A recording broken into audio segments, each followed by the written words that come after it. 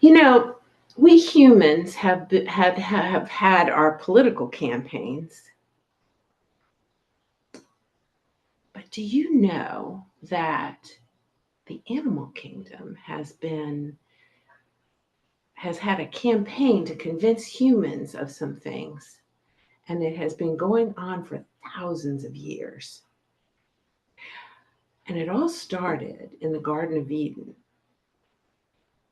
Now, this is the story of the Garden of Eden as the animals tell it, not what we read in the Bible.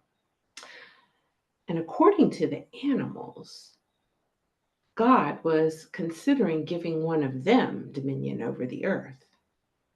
And it's not widely known, but Adam and Eve were already in trouble with God. You see, they had found a hill that they liked in the orchard, and it had most of the best fruit trees on it. And they declared that the hill was theirs and put up a flag and fought back any animals that tried to come up there. So the little baby animals who were so hungry stood at the edge of the woods and looked up at the hill and cried buckets of tears. Well, Adam and Eve felt a little guilty about this, but they hardened their hearts and made up excuses. And the animals said that Adam and Eve believed some kind of fairy tale that that it was their manifest destiny to keep that hill for themselves. And so the animals devised a plan. But before I tell you their plan, let me sing you a little song.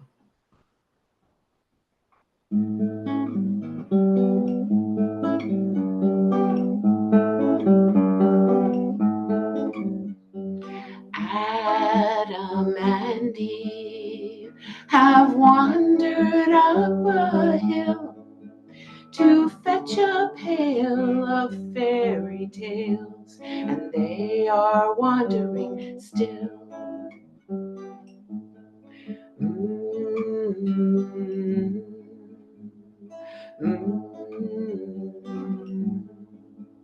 To know what's good from evil, they've sought for thousands of years.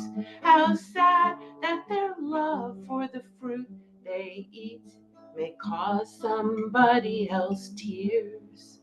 And somewhere in the orchard, a serpent makes its way and curls around the rising sun and waits to seize the day. Well, the animals had a big council meeting to decide how they were going to handle Adam and Eve's bad behavior. And first, they decided to let the large mammals try to reason with them.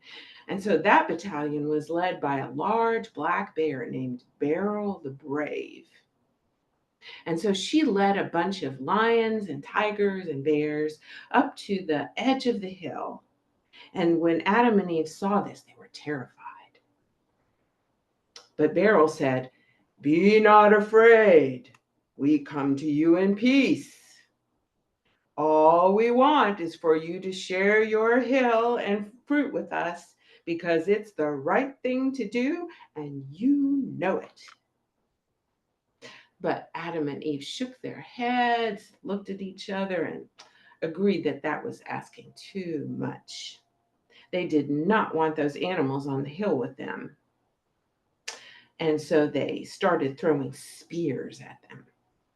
Well, the animals reconvened and next decided to send a tiny fruit fly by the name of Peter the Pesky to lead a swarm of flying creatures to make some good trouble on that hill.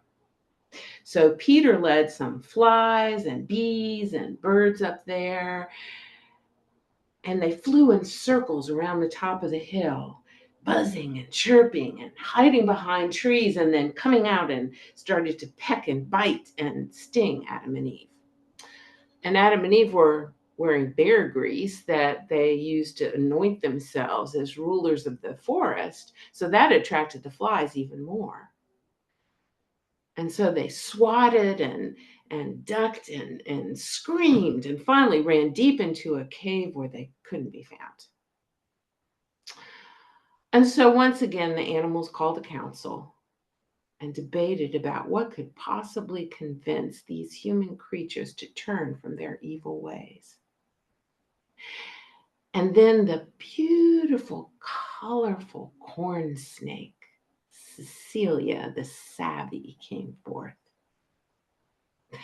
And she said, I know what they need. They need the knowledge of good and evil. But a garter snake said, but didn't God say they couldn't eat from that tree? And Cecilia said, yes, but I think God meant that metaphorically. And the garter snake said, oh. And so Cecilia was commissioned to go up on that hill first thing in the morning, before Adam and Eve even thought about breakfast. But what Cecilia and the other animals didn't know was that God was actually thinking about giving the snakes the knowledge of good and evil. And that's why Adam and Eve were told not to eat from that tree. And so the next morning, Eve was startled by Cecilia, who was curled around a branch of that special tree with a bright rising sun behind her. And Eve said, what are you doing up here? And Cecilia said, Eve, don't be mad. I'm here to give you some good advice. Do you know why God doesn't want you to eat from this tree? God's not sure yet that you're capable of handling the knowledge of good and evil. Why don't you go ahead and sneak a bite or two and prove God wrong? And then you'll become wise and good rulers of the earth. And Cecilia was sincere about that. So Eve said, well, that makes sense. Let me go talk to Adam about this. And they sure did eat from that tree, and they sure did get the knowledge of good and evil. What they hadn't got yet was the will to always use that knowledge for good. Because God wanted all creatures to have free will, you know. So instead of inviting the animals to celebrate with them, they made some apple wine, got drunk by themselves, and rolled down the hill where the animals found them fighting with each other.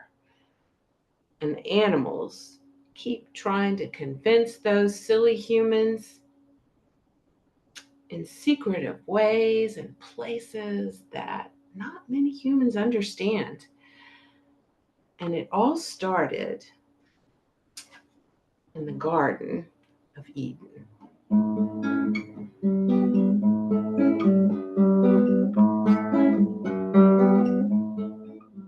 Well, Adam and Eve, so merry was their laughter that Adam fell down and broke his crown, and Eve came tumbling after.